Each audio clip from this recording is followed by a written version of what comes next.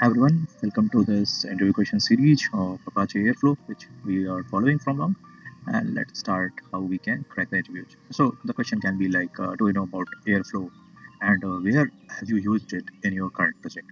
So that time you can explain about Airflow that Airflow is an orchestrator tool which you can use to schedule the task, monitor the data workflow. Okay, and these are work defined as a DAG, like directed acyclic graph, using Python. Okay, so this is because it provides a rich UI, a retry logic, sensors, dependency management, connections. Okay, it can connect with many of the tools in cloud. You can say like AWS, Azure, GCP, all cloud it support, and so many tools like thousands of tools it support. So that's why it's very useful for orchestrating the complex ETL pipeline. Okay, so it can trigger the pipeline, and suppose it can trigger the Databricks, and Databricks job will be triggered. So that way it can work. Next question will be like, what is DAG in Airflow? So DAG is a collection of tasks. Okay, you can say some dependencies are defined, some structure is defined. So there will be no circular dependencies like a regular graph. DAG is a clear direction of flow. So each task will run only after first, like upstream task will complete. Okay, so DAG, a Python file, is specify task order, schedule, and retry behavior. Okay, so that's all about DAG. Okay, now they can ask you like what are the components of airflow architecture. In airflow there are like five main components. First is the web server, which is flash based uis for monitoring DAG and task status.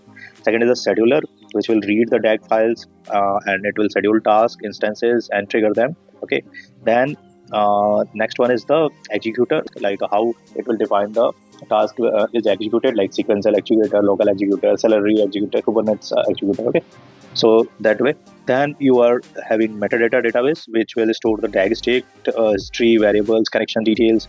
So it will be in PostgreSQL or MySQL.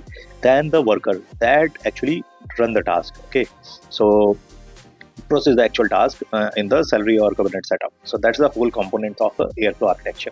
Next question, they can ask you like, what is sensor and operator in the Airflow? So sensor is basically a special type of operator. So before that, understand what is operator. Operator is a single task. It perform an action. Suppose batch operator, it will run a shell command. Python operator, that will run a Python function. BigQuery operator, that will run the BigQuery. Okay. Then sensor is a special type of operator that wait for a condition to be true before even proceeding. Okay, like so S3 key sensor, it will wait for its file to be appear in the S3 bucket. Okay, then external task sensor, it will wait for another DAG task to complete. Okay, so sensors basically check that if that interval has been completed, okay, until the condition is met or a timeout is reached, then only it will trigger the task. Okay, then what are the XCOM? XCOM are very useful in Airflow, and these are basically cross communication, like between the task.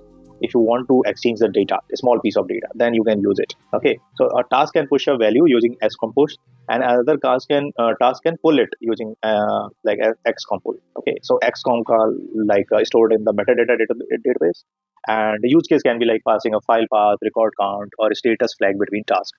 Okay, XCOM are remember it meant for like small data, not for large data frame. For large data, use something like S3 bucket or database table, or pass only the reference via XCOM. Means use XCOM for small data set.